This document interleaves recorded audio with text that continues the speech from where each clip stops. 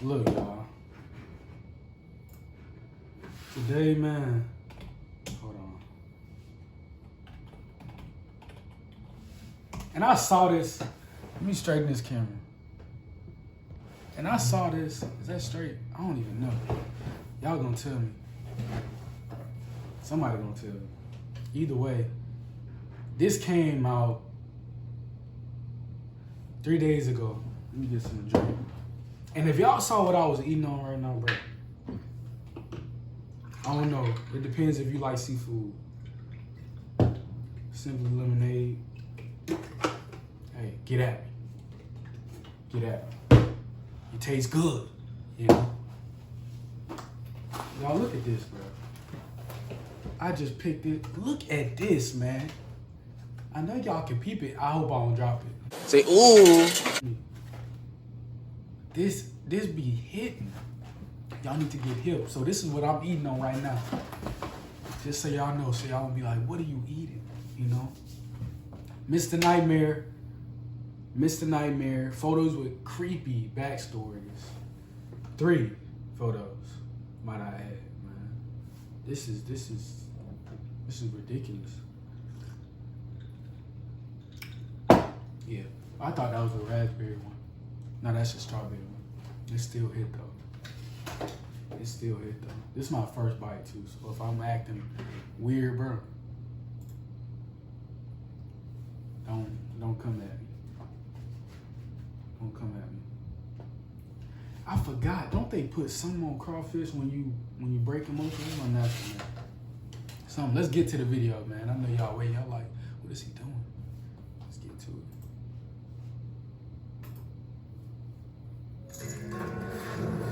There we go. This is where a legend was formed.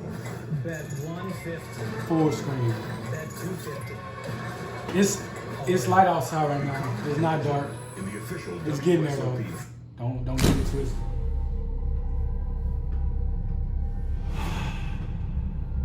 This first photo that you're about to see in a few moments was taken by a viewer named Jane. Jane had met a man named Jeremy off a dating app.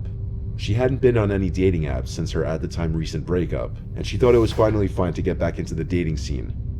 After swiping away on some dating app and conversing with a few people, she matched Jeremy, who seemed to be the kind of guy she would feel comfortable with and connect with. Jane describes herself as a good-looking but shy and reserved girl, and she described Jeremy as an above-average-looking guy with a buzz cut who was exactly her type. He had a full tattoo sleeve on his left arm and had mostly pictures of himself outdoors. Most notably, his first picture was of him leaning on his pickup truck with his dog in the bed of the truck and the woods in the background. The two struck up a conversation about his dog and then dogs in general, and eventually the conversation segued to local bars that the two would frequent. Jeremy picked up Jane, and the two ended up going to a bar called Lansdowne Street, and in her words, kind of hitting it off. Jeremy dropped off Jane at home, but beforehand he seemed a bit reluctant, wanting their little date to continue, even at one point implying that she should go back to his place with him. She politely rejected him, and that was the end of their first date. Yeah, first date. The two would text back and forth the next few days, and saw each other again the following Friday, where they went out to get fast food and ice cream. After chatting in Jeremy's car driving around for a bit, he ended up taking them to his house, where he started trying to get her to come into his house. She rejected this request over and over until it got creepy, and then he started getting a bit physical. Jane said she didn't know if he was trying to physically remove her from the car or if it was him trying to make some kind of physical advance on her. Either way, she shoved his arms off of her and left the car, walking quickly down the street. Jeremy called her a few times, but she ignored him and kept walking. She had her older brother Chris come pick her up. Shockingly, after a long back and forth over text, Jeremy cursed Jane out, but then minutes later switched his tone to apologetic and regretful. Jane blocked his number, figuring he was not what he initially seemed and he might be crazy. Now this is when the photo that I mentioned earlier comes into play. That night, Jane was awoken to a sound outside her window. It was the sound of the recycling bin full of glass and cans on the side of the house being kicked. It was late at night, so this was cause for alarm. She got out of the bed to look out her bedroom window. Upon lifting up the blind and looking around outside for just a second, she saw something that made her stomach churn. In this picture that she took, you see Jeremy standing in the darkness with his hood over his head, facing the window. She managed to not scream and be brave enough to take this picture when she saw him out there. Jeremy tried opening the window when he was seen and started yelling Jane's name repeatedly. Jane screamed for her brothers and her dad to help, and by this point Jeremy had taken off. According to Jane, the whole block had to hear his 8-cylinder pickup truck flooring it down the street. Yeah. Tempted to text Jeremy threats of calling the police, she showed restraint and brought the info to the police the next day and filed for a restraining order using the texts and pictures as proof of reason. Good. She sent a photo of the restraining order to Jeremy, which went unresponded to because she never unblocked him. What Jeremy planned to do at Jane's window is not exactly clear, but even if it wasn't to break in and he wanted to talk to her, that wouldn't be okay either. Yeah. And after the toxic messages he sent her, nobody would assume he's a completely level-headed individual. In fact, those messages, mixed with his sneaking around her house in late hours of the night and coming to her window after being blocked, suggest he might have been a dangerous individual. Yeah. Off that first go around, y'all.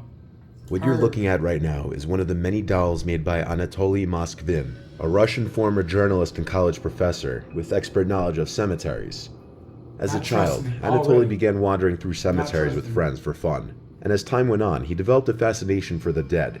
Decades later, this fascination led to a hobby of collecting dolls. But this hobby hid a macabre obsession that drew upon his particular interests, digging up the dead and making dolls out of their corpses.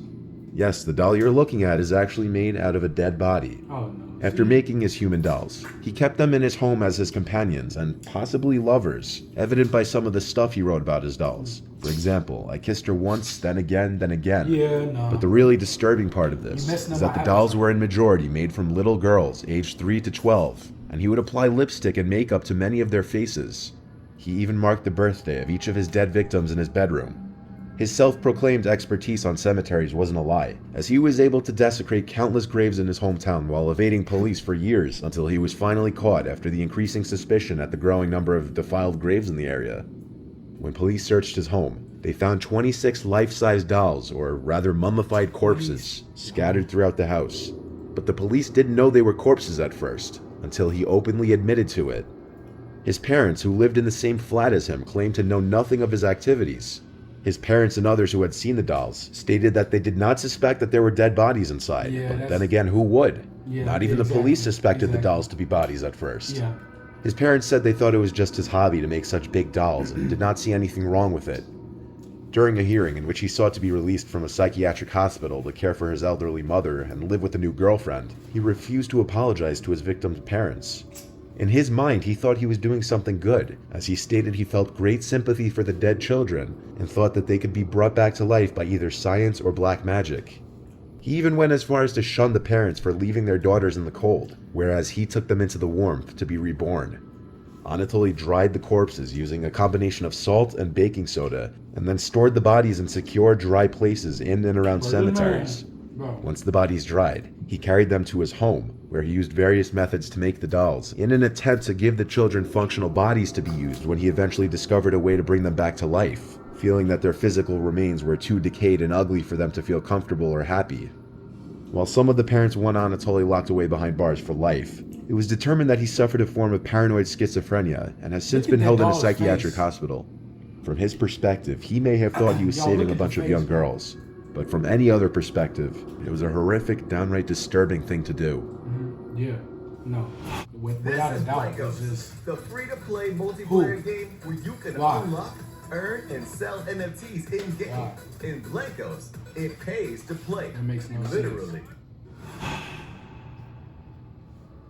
The picture you're looking at right now is of Amy Reeves and her baby sister.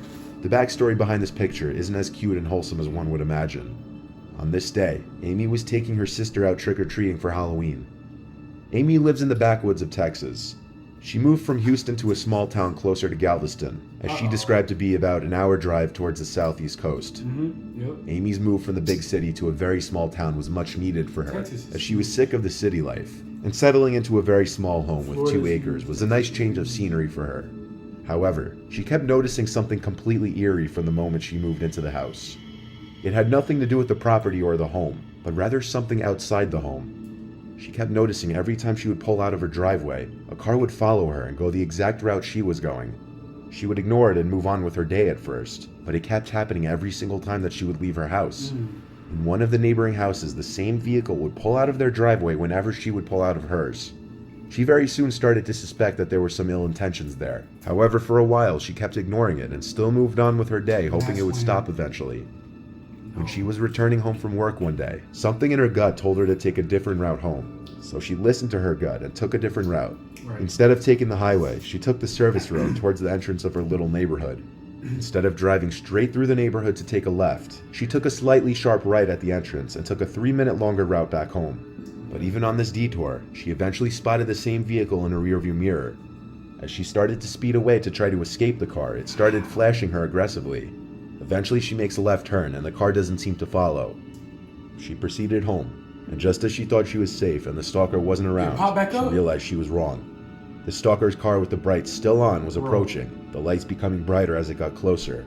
By now it was clear the stalker had been following her home, even down her new route. Yo. The man pulled into his driveway and just sat there while Amy went into the house. While inside, she looked through the window out at the car, and the man must have taken notice because he started revving his engine. By this point, it was clearly a full-fledged stalker harassment situation, so Amy called the police in hopes to have them go and talk to him for her.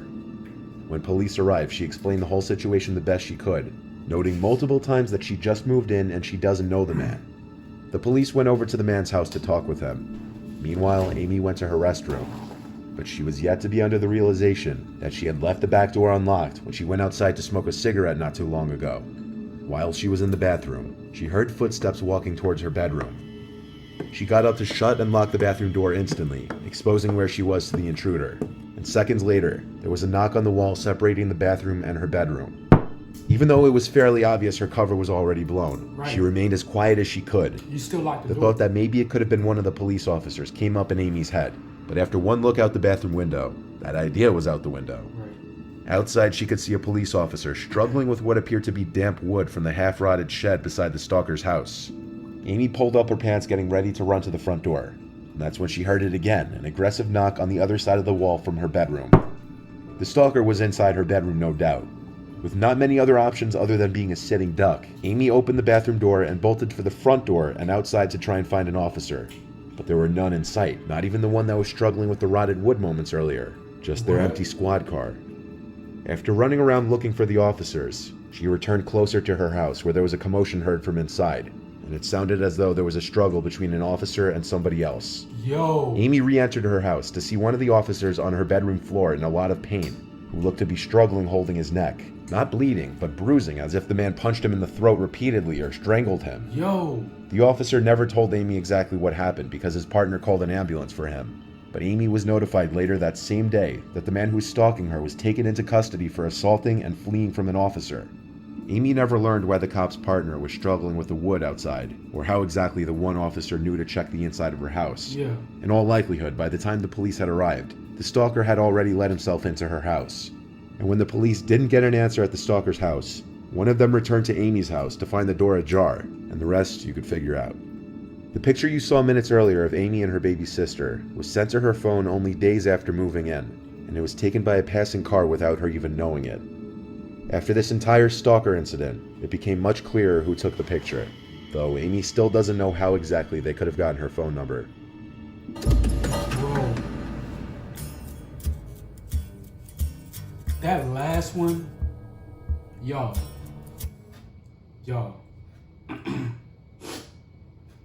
That last one was disturbing. Like, oh, bro. I don't even understand, bro. People, times are really getting crazy. The world is slowly starting to not care about anything. Police officers, like government, like people just don't care anymore. I guess people feel like they're just above everything. People just feel like they're God, huh? Nope. It's only one God. You're not invisible and you're not immortal. So this is crazy. This is crazy to me. And I don't know what it is, but like some people they'll say, oh, he's mentally unstable, he's this, he's that. No. Like, yeah, cool. Some people are definitely, yes, but I'm talking about the people that go around serial killers and, you know, you got rapists out here. Crazy. Some people saying they mentally unstable. Mentally unstable? Yeah. But not in the way that y'all think. Not in the way that y'all trying to portray it. No. Y'all trying to give them a pass. Whoever it is, they don't get a pass. No. This is humanity. No. I'm sorry. But I'm not sorry. This is ridiculous. And that story, that got me. That one really had me kind of shook, because I'm like pausing, like all of these situations and outcomes that could have happened, but she picked up on them and she was like moving different. Even though she was moving different, it did not matter. This dude, whoever it was, still knew what route she was taking. This is hot. Knew what route she was taking. Knew where she was going. When, what time. It's not like, I don't know, bro. We need help. We need help, man. This is wild. I don't get it. But it's your boy Smitty. You already know what to do. Like, comment, subscribe. And we're going to be back with another one of these. Music, horror stories. And I think I got something special for y'all coming up too. You know, once I hit...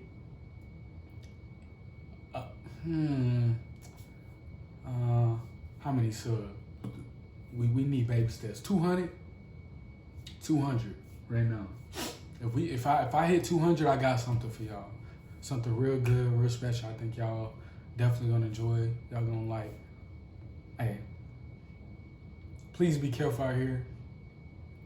Please watch your surroundings, all of that. Just like this girl did. And stay up. Keep your head up, man. It's your boy Smitty. I'm out. He would step across the line. Habitually, he's a habitual line stepper. Glock 26 finna show his emotion. Get put on a shirt if you want a promotion. Walk